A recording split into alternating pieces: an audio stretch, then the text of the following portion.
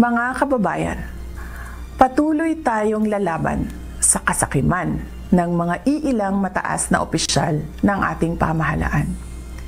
Patuloy namin na ipapakita sa inyo na ang tanggapan ng pangalawang Pangulo ay mahalaga sa amin ang pagkakaroon ng plano, mahusay na implementasyon ng proyekto, paglaban sa korupsyon at tapang at malasakit para magkaroon ng kapayapaan at kaunlaran sa ating bayan.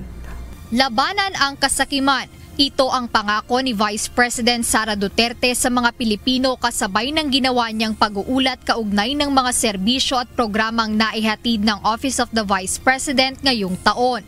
Ayon kay VP Sara, hindi naging hadlang ang kawalan ng pondo sa social services upang ipagpatuloy ng kanyang opisina ang pagbibigay serbisyo sa mga Pilipino. Sa pakikipag-ugnayan sa iba't ibang ahensya, nagawa ng tanggapan ng pangalawang Pangulo na makapagbigay ng 4,643 medical assistance.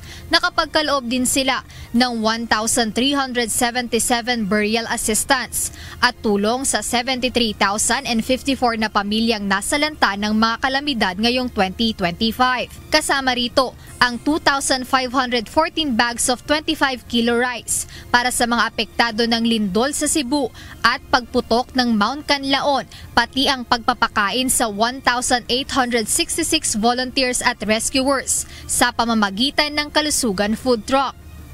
Hindi kami pumayag na maging dahilan ang kakulangan ng budget para maputol ang serbisyo. Sa halip, nakipagtulungan kami sa ibang ahensya ng gobyerno at nagtagumpay na makakuha ng alternatibong pondo. Binigyang diin din ng OVP ang pagpapatuloy ng mga programang pangkabuhayan sa ilalim ng Magnegosyo Taday.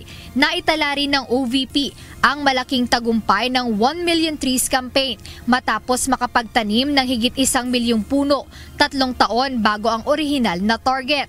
Samantala umabot na sa 460,272 pagbabago bags ang naipamahagi sa mga kabataan sa buong bansa, kabilang ang mga nasa malalayong lugar. Sa kabila ng mga batikos na kinakaharap ng pangalawang Pangulo, kaugnay ng umano'y maling paggamit ng pondo, ipinagmalaki ni VP Duterte ang unqualified opinion mula sa Commission on Audit na siyang highest audit rating. Mula sa mahusay na financial report ng OVP Finance Team, nakuha natin ang unqualified opinion mula sa Commission on Audit, ang highest audit rating. Ito ay malinaw na indikasyon ng ating transparency at fiscal integrity. Dagdag pa rito, pinalawak ng OVP ang libreng sakay program na nakapagsilbi sa 875,176 commuters mula Enero hanggang Oktubre. Sa ilalim naman ng rice program, umabot sa 56,575 bags of rice and essentials ang naipamahagi sa iba't ibang response zones. Sa pagtatapos ng kanyang ulat, sinabi ni Vice President Duterte na mananatili siyang matatag at hindi uurong sa hamon ng paglaban sa katiwalian at kasakiman sa gobyerno.